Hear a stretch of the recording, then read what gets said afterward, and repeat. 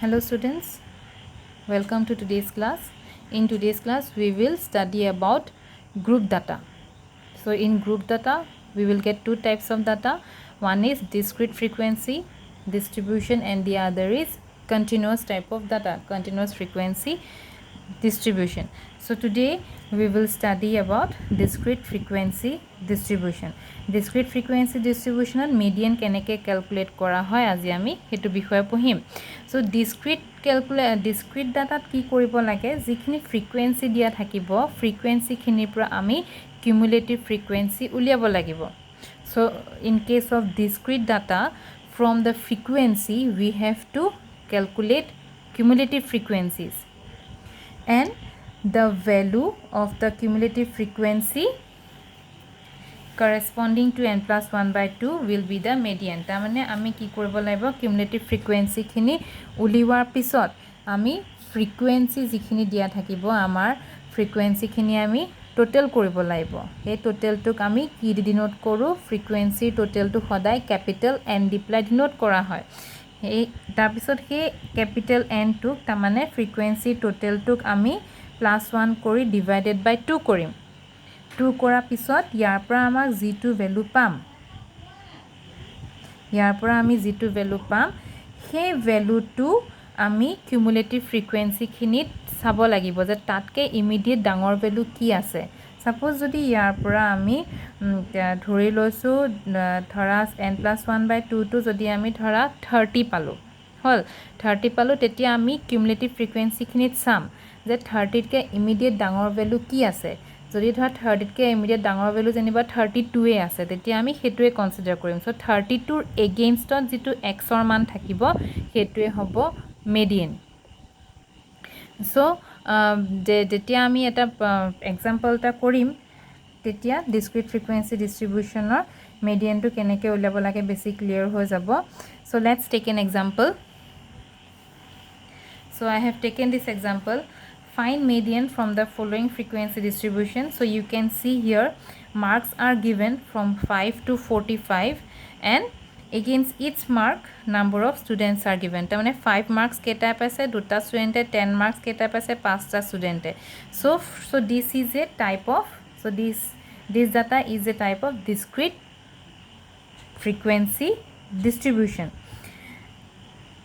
So আমি ফার্স্টত কি কৰিব লাগিব এখিনি যিখিনি ফ্রিকোয়েন্সি দিয়া আছে নাম্বার অফ স্টুডেন্টস খিনি ফ্রিকোয়েন্সি হৈছে এই ফ্রিকোয়েন্সি খিনি পা আমি কিউমুলেটিভ ফ্রিকোয়েন্সি টু উলিয়াই লব লাগিব কিউমুলেটিভ ফ্রিকোয়েন্সি টু কেনেকে উলিয়াব লাগিব তোমালোকক মই দেখাই দিম সো তাৰ কাৰণে আমি এখন টেবল বনাই লব লাগিব সো টেবলখন মই অলৰেডি মই মাৰ্কস আৰু নাম্বাৰ অফ স্টুডেন্টস খিনি লিখি লৈছো তাৰ মানে এইখিনি যিখিনি ডাটা দিয়া আছে হেখিনি মই অলৰেডি লিখি লৈ প্লাই টেবল এখন বনাই থৈছো এতিয়া ইয়াত মই কিউমুলেটিভ ফ্রিকোয়েন্সি শর্ট ফর্মত CF বুলিও লিখা হয় সো মই CF বুলিয়ে লিখিছো এতিয়া সোয়া কিউমুলেটিভ ফ্রিকোয়েন্সি টু কেনেকে উলিওয়া হয় ইয়াত যেটো প্ৰথম যেটো ফ্ৰিকোয়েন্সি থাকিব আমি হেতুৱে লিখিম 2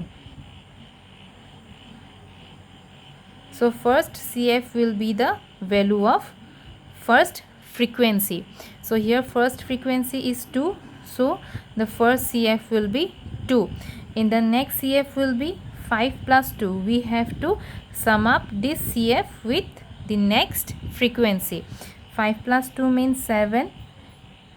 Then its next CF will be 12 plus 7, that is 19. Its next CF will be 19 plus 14, it will be 33.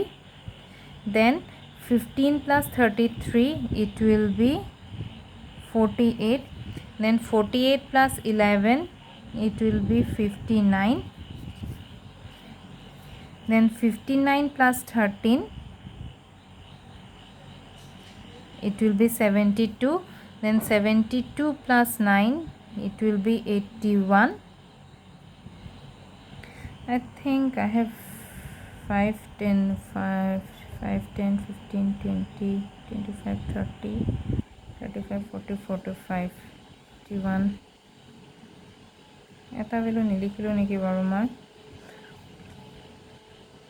so next 81 plus 7, it will be 88. there is one more value, that is 50. I have not written this in the question also. 50, and its corresponding number of students is 2. So here also 50 will come 2,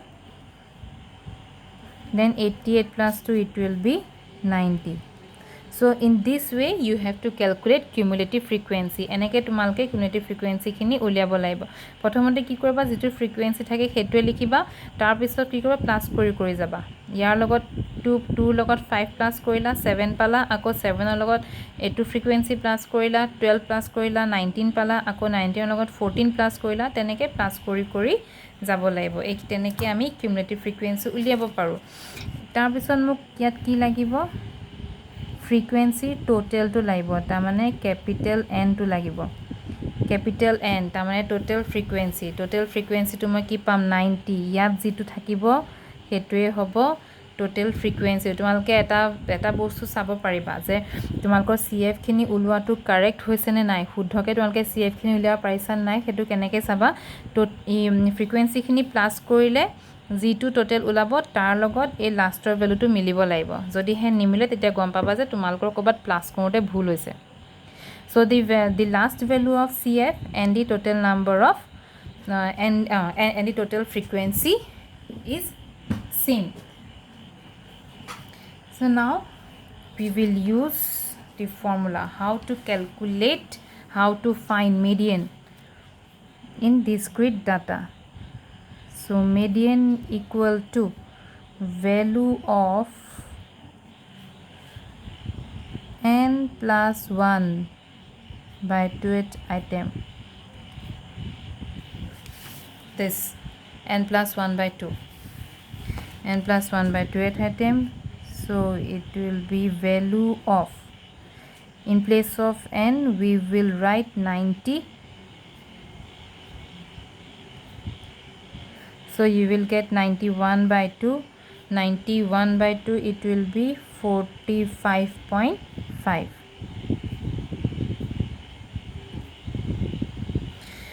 So now you have to see how we will find the median. এতিয়া আমি এবাৰ median টো কেনেকৈ গম পাম, কি হ'ব, এতিয়া আমি কি পালো, ইয়াত 45.5 পালো। এতিয়া মই এই CF খিনিত চাব লাগিব, এই CF খিনিত চাব লাগিব যে 45.5 তকে ইমিডিয়েট ডাঙৰ ভ্যালুটো কি আছে। ইয়াত আমি দেখিছো যে 48 টোৱে ইমিডিয়েট ডাঙৰ ভ্যালু 45.5 তকে। The immediate greater value than 45.5 is 48, corresponding to x 25. So median to ki hobo 25. So median will be 25. We will write here cumulative frequency just greater than 45.5 is 48, corresponding to